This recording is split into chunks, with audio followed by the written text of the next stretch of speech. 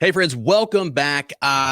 Big topic today. The news is breaking. We're back to our favorite topic. I got Sir Matt here, Super Gains Bros, the madman himself. It's time to talk about our favorite Star Wars movie, The Last Jedi. Do you remember when we did like a in defense of The Last Jedi? Well, Oh my, you did I an in did. defense of the, and then you, Oh, yeah, you and Mike did a in defense of, and then you and I did a who's to blame. who's to blame? Yeah. All of a sudden, it was switching pretty fast. Because I go, okay, so the big news, quick topic today, just so you guys know where we're headed, the table of contents here, if you will.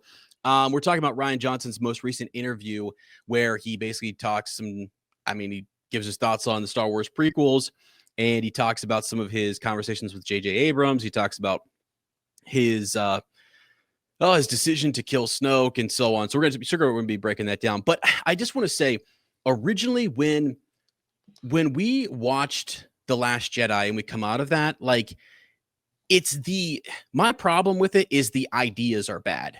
The writing, like if you thought the ideas were good and you really liked the ideas, then the writing makes sense. Like the way he kind of writes it, like he's a good script writer. I mean, he has good dialogue. There's breadcrumbs here in the beginning with I always go back to, like, I thought it was such a cool line where Luke Skywalker sort of like, what do you think I'm going to do? He's like, take out my laser sword and face down the entire, empire myself or whatever. And then he literally does that. And you're like, oh, okay, that's pretty cool. That's pretty cool.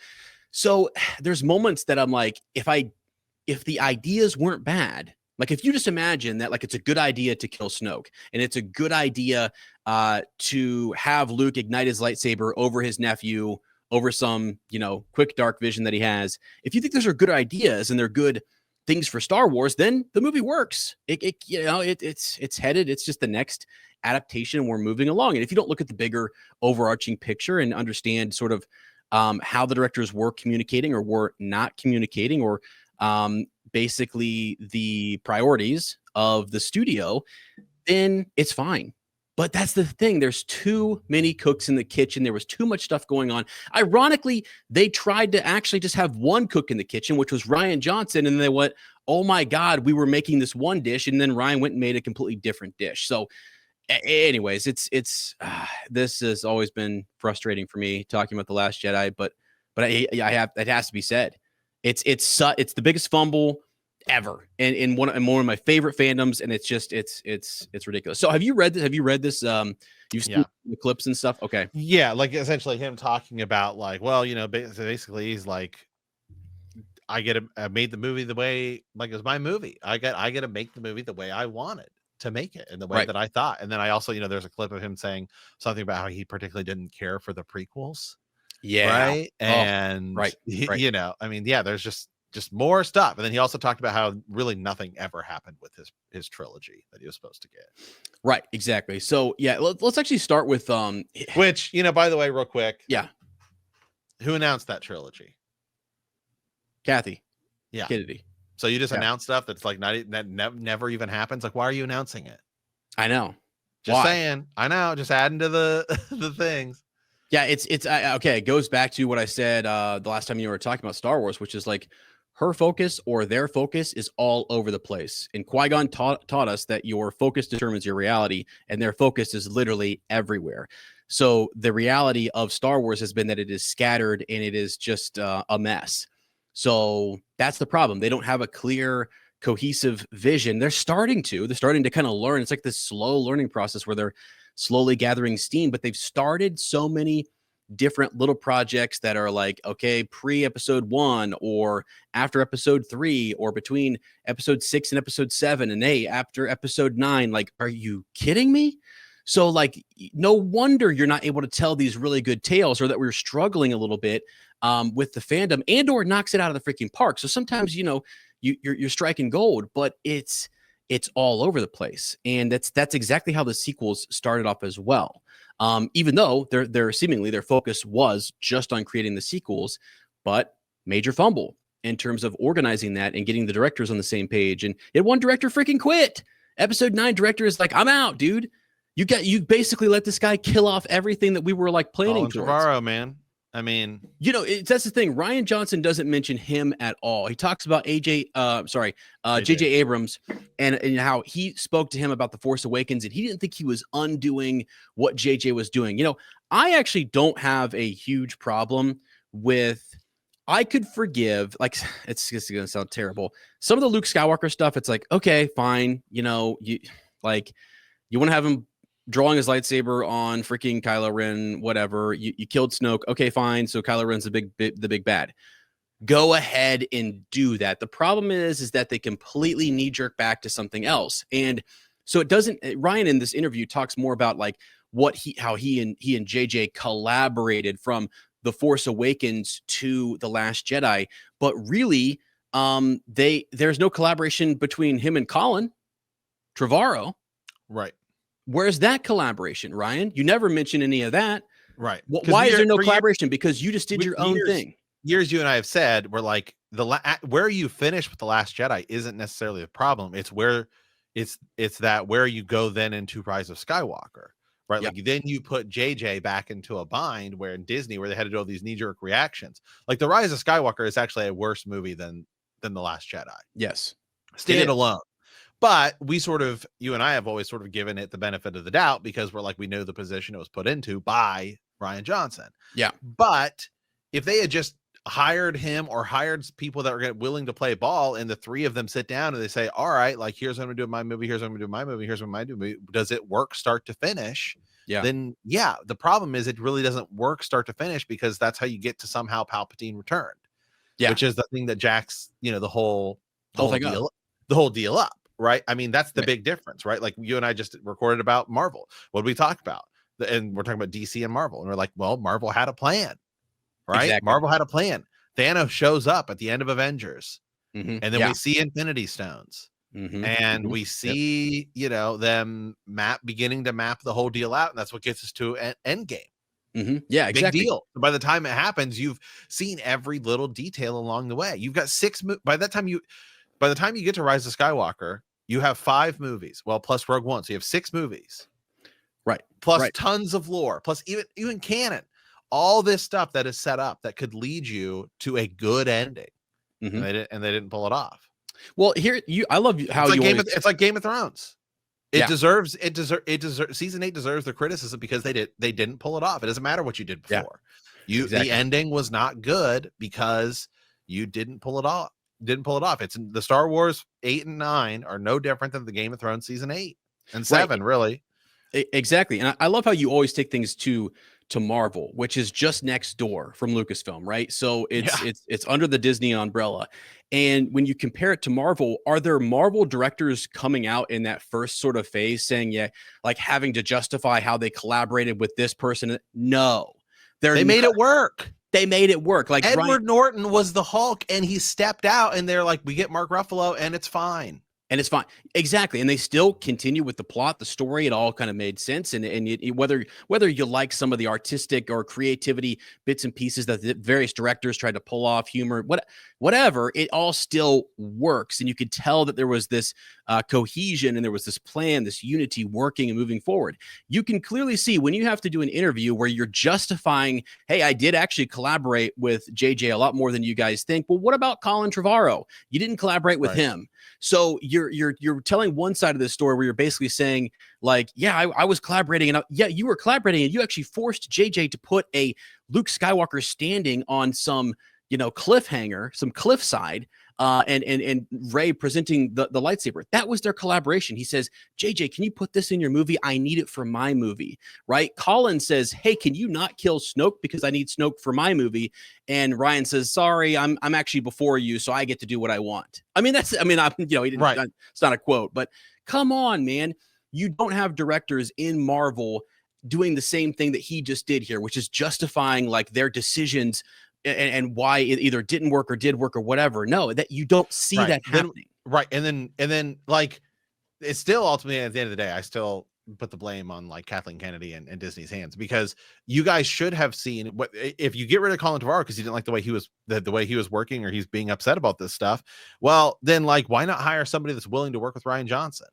right? Because Right. JJ came in and said, well, we have to do something, so we bring Palpatine back. Right. Right. That, And but it is the decisions that were made in The Last Jedi that get us that forced his hand to do that. get us to there. And even what he said about Snoke recently, and talking about like, well, like we needed to kill Snoke and all this stuff. It's like the like killing Snoke there made him feel like a nobody.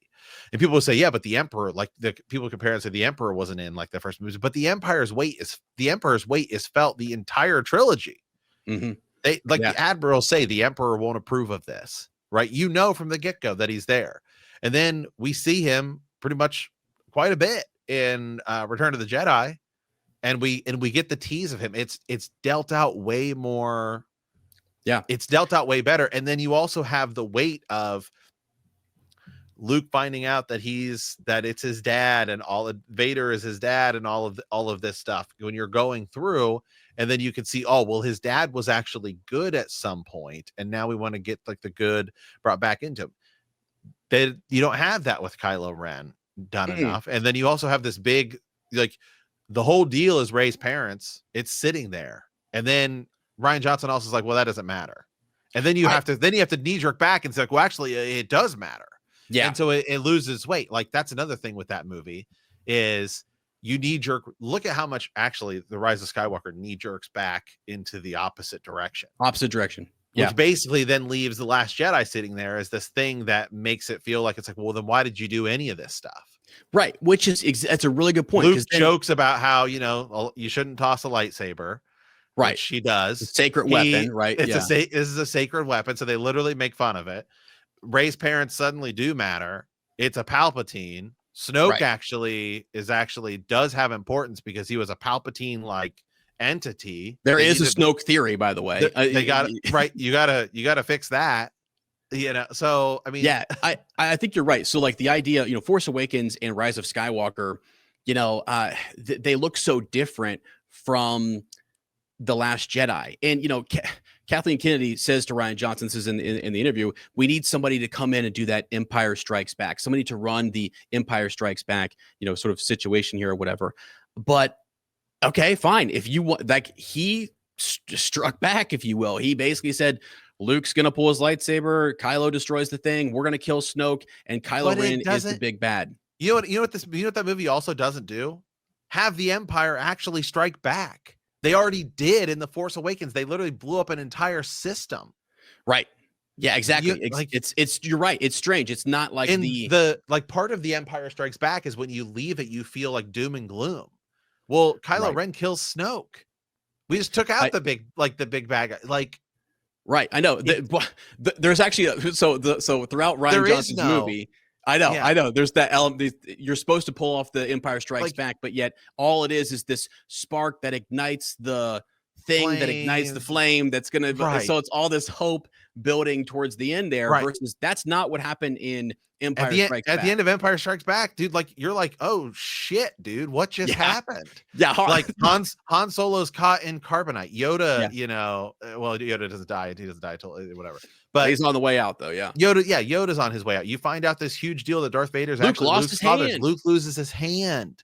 God, like, dude. Yeah, they're in a pickle. Lando kind of betrays, right, exactly. And then Luke's finding out and everything. I mean, Luke finds out that Darth Vader is his freaking father. Like, those are the big reveals. So the big reveal in this, that like Luke, I'm your father. Line you have where Rian Johnson basically says that like it's Kylo Ren telling her that her parents are no one.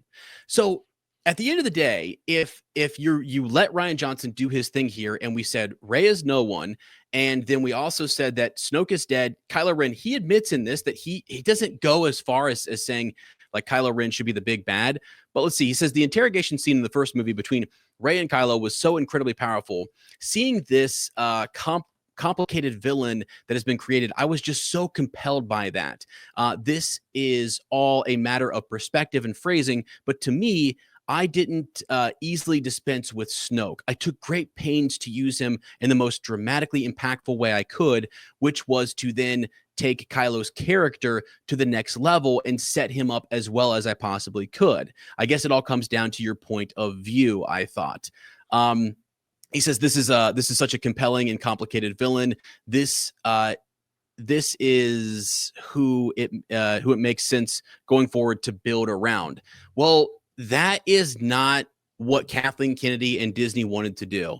They did not want to make Kylo Ren the ultimate big bad villain. They instead made Emperor Palpatine the big. And you know what I'm saying? They did not elevate Kylo Ren's character to a super villain like Rian set it up for. So that's the thing. I mean, there's these setups in Force Awakens that are subverted in the Last Jedi, and then you go to the Rise of Skywalker, where what Rian Johnson set up is subverted again. It's so crazy. It's such a, it just sucks. It actually sucks to kind of say that, because I wanted it to be so much better and everything, but it's very clear that Rian Johnson was setting Kylo Ren up to be this big bad villain. And then there is no big bad in the end. They had to bring back freaking Palpatine, which is, they had to, Matt. Like, that's the thing. They all think they had to. You don't have you just killed Snoke out of nowhere. And he knows that. That's the thing. Rian Johnson knows that he did not play ball with Colin Trevorrow. He knows it is obvious. Anybody who says like, oh yeah, this was really mapped out and they were all this was all planned. No, if you say it was planned, J.J. Abrams has actually said, we learned a lot. We learned that there needs to be some more collaboration and some more talking. There's an interview out there. I don't have it in front of me right now, but where he literally says, yeah, we had some problems there. We kind of fumbled the ball, as our terminology, fumbled the ball in terms of not talking with each other. You don't fire or Colin Trevorrow doesn't walk. He has a whole freaking script. He has a whole script ready to go. It's out there. He had these plans. And then he's even trying to make it work with the idea of Snoke being gone. But it's just like, it still doesn't work. It still doesn't work. Because again, he killed Luke. He killed Snoke. Here's my thing. Luke. If it did work, right? Yeah. Because again, I'm fine if you like these movies, but the people who like hardcore to fandom and are just like, no, it was amazing and all this stuff. It's like, if the sequels were as successful as the people who are like championing them say they are, how's come there's not more content around it? Exactly. Why aren't there sequel video games? Why aren't there sequel comics? Why aren't there sequel books? Why aren't there sequel movies being made? Why aren't there sequel TV series? Why is all of everything well before that? Because they know it won't make them money. No, 100%. That's simple. If they thought it was more successful and they thought it would make more money, we wouldn't be getting shows like Andor. We wouldn't be getting Mandalorian would be set in the sequel era. Yep. All the comics wouldn't be High Republic. They'd be sequel era stuff. It's because they know it wasn't as good. Disney themselves knows it was a flop. It was not good. Otherwise, they would be milking it left and right. It's 100% right. Because look at what they're doing between episode 3 and episode 4. They're milking it for everything it's worth, which honestly is actually is the most profitable era to go, because you can have you still have its ties to originals and the prequels. Right. Yeah, exactly. And it ties to George Lucas and the core, like the foundation of Star Wars. You're not, so their Star Wars, Disney Star Wars, the sequels, they're not doing anything, as you said, to build around it, because it wouldn't work. There's no success. There's no money. If they thought they could make a Phasma show and make it as successful as Andor, they'd make it. If they thought they could make I mean, they tried Squadrons, and or not Squadrons, but what is that show? It was the other cartoon. Oh yeah. The one of Resistance. Yeah. What happened to that? Nothing. Right, I know, because no one cared. I know, and they have all the data and the meta on that. Like they're able to look at it and say, okay, yeah, nobody watched it. No, like the reviews are bad. It doesn't look good. It's not. So they're not doing it. And the sucky thing is like we said last week or a couple weeks ago, Mark Hamill, one and the same, basically comes out and says, I had this dark backstory that would kind of work. And we're like, it would change the sequels. There's ways to make it cool and to lead into it and to do better. All that other stuff too. Why isn't even the stuff now? It's like they could totally narratively make the First Order stuff happen like almost immediately after the Battle of Jakku. Like in Mando, it's like in Mando, what are they actually tying all that stuff to? Palpatine. So that's where the money is. Yeah. It's Palpatine. So it's like cloning and all this stuff in order to bring Palpatine back. But There's no talk of remnants of the First Order, of hey, it's time for us to revitalize into the First Order, into, you know, Right. Palpatine's true vision. It's all about the cloning and the Force and the mysticism side of it, with, like, you know, the Grogu and Mount Tantalus and Bad Batch and all that stuff. Right. So yeah, when you look at the sequels characters that were Disney created, like, you know, Rey, Poe Dameron, Phasma, Phasma, Finn, Hux. Hux, all of that. Like, you're right. They're not making anything, no extra sort of like book series, comics, tie-in TV shows to those characters, because they weren't successful. Everything that they're tying to is a George Lucas created character, Emperor Palpatine. Right. I mean, they're still milking that for everything it's worth. They've yet to come up with their Supreme Leader. Snoke was their creation. And when that hit in Force Awakens, I was like, okay, dude, who's Supreme Leader Snoke? Pretty cool. He's got a lot of powers. It seems interesting. He's huge in this projector holographic image or whatever. And I'm like, okay, I'm interested. I'm locked in. Then they kill him and he's nothing. And Rian Johnson, you know, holds up a your Snoke theories suck kind of thing. And you're like, that's your property. That's your new character, Lucasfilm. And you've got it's just thrown in the trash. Like, it could have been so cool. It's the same thing with like Rey Skywalker, Rey Palpatine, whatever. Like Rey, I like it just as Rey. I like her as just as Rey. I like her as no one. To Rian Johnson, I actually love the idea that Rey is no one. When that happened, I was like, sick. Okay, just a new hero. Like, cool. That's fine with me, and go with that. And so it's just like, why are you taking these characters and treating them so poorly? You know, it just sucks. The best thing that they did was Andor. And when they made Rogue One, and again, that's all tied around. It has a good framework. There's tons of other characters that you can kind of bring in and prop up next to Andor and Rogue One and that whole time period that make it feel super connected to George Lucas's Star Wars, right? You've got Tarkin, Krennic, Darth Vader's in there. I mean, there's tons of Mon Mothma.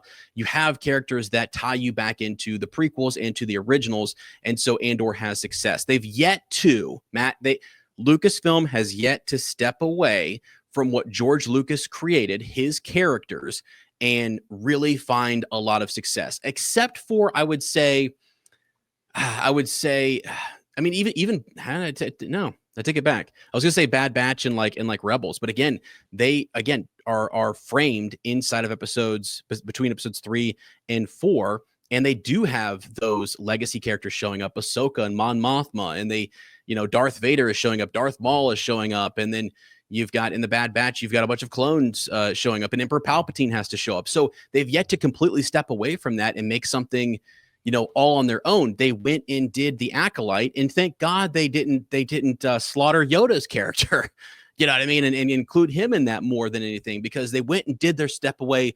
Let's do something totally different outside of what we've done.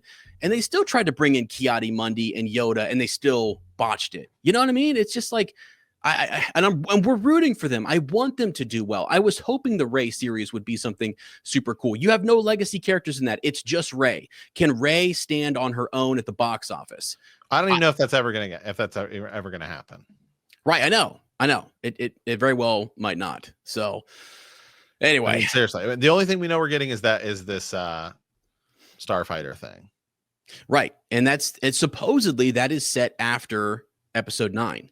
So is this the start to some new hero that they're gonna start to build out a new phase or whatever? Again, if you just double down and shift all of your focus and you make some really cool, again, get Dave Filoni in there with these grandiose good ideas and the mystic side of the Force, and get him up there with Rey and let him work on that character and try to do something and move them in a good direction. Right now, he's got to finish the Ahsoka 2 series, and he's working on Maul. He's working on. I don't know that he has time to do work on sequel stuff. Right. No. Which is probably why he hasn't touched any of it. And you're right. They're not going to touch it for years because, like I said, your focus determines your reality. If you're going to take your resources, right, your finite set of resources at Lucasfilm, and say, let's spread them all over the place, like prequels, in between the gaps 3 and 4 and 6 and 7, and then post sequels, you're spreading your resources too thin. You've got everything spread out too far. Unless they've they've got tons of money. Maybe they can do that, but not successfully. Right. Yeah. And it's not, I would love to just build this Mandoverse out as thick as you can, make it super connective. Forget everything else. Focus on it. Finish the story there. Go nuts. Really kind of flesh it all out. And then when you're done, switch gears. Finish the rest of, like, Obi-Wan Kenobi's coming out, season 2. Yeah. Are you going to send more money to that, or are you going to again cut the budget in the Obi-Wan Kenobi series and just lean on Ewan McGregor and Hayden Christensen carrying everybody to the Disney's financially? Disney's taking some hits right now, so maybe that's a factor into it. Right, and so there you go. It's like, if you don't have if you're taking hits, why are you spreading? Why are you announcing? Elio, their new Pixar movie is a colossal disaster. It's the lowest Pixar movie ever. I mean, it's like it made like, wow. I think it's like barely going to break even. Like I think it's going to be a loss, right? And then actually another thing, another statistic I just saw said that the United States foreign tourism, for obvious reasons, is down big time. Like they said, Vegas is like taking massive hits. Well, a lot of foreigners come to Disney World and Disneyland, right? And a lot of foreigners don't particularly like the United States right now. So they said tourism's down like $14 billion. Holy international tourism to the United States is down like $14 billion this year. And Disneyland and Disney World are a big part of that. Big part. Yeah. Dang, dude. Yeah. For that's why obvious reasons. Well, that's all. I'll just obviously. Yeah. And that sucks. So again, you've got what are you going to do, Disney? I mean, what are you going to do, Lucasfilm? Are you going to? They keep they tell us what they're going to do, Matt, but they don't follow through on it. It's just so dumb. Meanwhile, Marvel just knows what they're doing and just cranks it out. They don't even tell you what they're doing. They're just like, here's the next thing. It's almost done, by the way. They don't even tell you until it's like Fantastic Four next week. Doomsday's coming. I mean, they just keep rolling. So Ironheart wasn't particularly good, I guess. I didn't watch it, but they're just like, oh, whatever. It's part of the process. We'll just keep it going. Yeah, they need better leadership. They need somebody who actually wants to really, instead of just hopping around from pot to pot and trying to find money, they really need somebody who actually cares and wants to tell a cool. They're in the same state DC was in the 2010s. They're right there with them. Yeah. So it's crazy. You need to find your Kevin Feige. Kevin Feige. Hire you a James Gunn, for crying out loud, and take off and say, here's our 10-year plan, and follow through. A James Gunn Star Wars movie could be great. That would be sick. He's too busy. I mean, hopefully David Cornsweet actually shows up. He wants to be in Star Wars. He loves Star Wars. Yeah. I mean, bring him on. I would love to have him in it. He would be a sick Jedi. He'd be like that's the guy they should have cast for freaking Starfighter, to be honest with you. But whatever. Ryan Reynolds, yeah.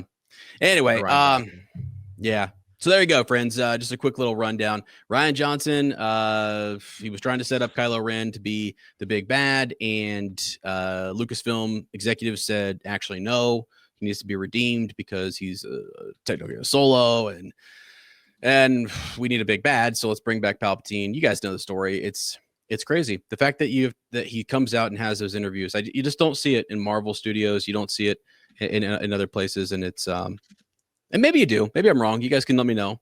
Leave me some comments. Let me know if we're completely off point here. I always love that. Always encourage your feedback. But yeah, it's I think people understand the controversy behind it, and part of me loves the visuals in it. I think it's cool. I love the character Rey. I just wish she was actually a Skywalker, or actually a Kenobi, or double down on her being a Palpatine, or whatever. People think I don't like Rey. I love Rey. I actually love Daisy Ridley as a character, or an actor, but they squandered it. They John Boyega, they messed up his character too. Finn, the whole thing.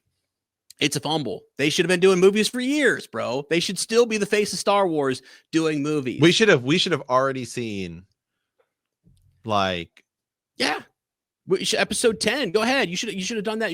The new Jedi Order. You should set up a new Jedi Order series. Rogue One and Andor and all that stuff should have been like stuff around 7, 8, 9. Yeah, that's what we should have gotten. Yep. We'll see. Hopefully, I don't know. They've been talking about Kathleen Kennedy stepping down in a new direction. Sometimes you do. I mean, it's okay. I'm not saying Kathleen Kennedy deserves all the respect in the world for Andor and the things that were pulled off there. Right. And Mandalorian and all that. Mandalorian and stuff like that. It's just, at the end of the day, when James Gunn comes out here, and if Superman would have flopped, it's on him. It's on your new guy that you directed, right? So it's not flopping, it's doing really well. And moving forward, as projects fail or succeed, that'll go back to his leadership. We'll hold him accountable. Did you hire the right director? You know, were your directors communicating? Did you have your writers room or your story group sort of cohesively working towards an end goal and an end game, like Kevin Feige did, right? That's what we want. Yeah. So anyway, all right, friends. Hey, that is all. We'll be back. Matt and I will be talking. If those of you guys that don't know, we're talking Superman, DC, Batman, all of it. We're talking Star Wars every other week, and we'll see what else kind of comes up along our radar. But this has been fun. Getting back after it. If you guys have thoughts, thank you, by the way, to I think it who was it? Somebody just sent us an email recently. Jack, my man. Dude, thanks so much. Yeah, he loved our Superman review and was happy that we're back covering some DCU. So appreciate that. You guys can send us emails. Again, our link trees are down in the description, and be sure to follow us everywhere on the socials. And like I said before, hop into those shorts, man. Get into the discussions, because I'm going to start jumping in the comments. And I swear to God, if somebody stitches something from this episode, I'm going to stitch them back. All right. It's time to stitch back, like Empire Strikes Back. All right. So, all right, that's all for today. Appreciate you guys. And as always, may the Force be with you. Dude, people are just sharing this photo left and right.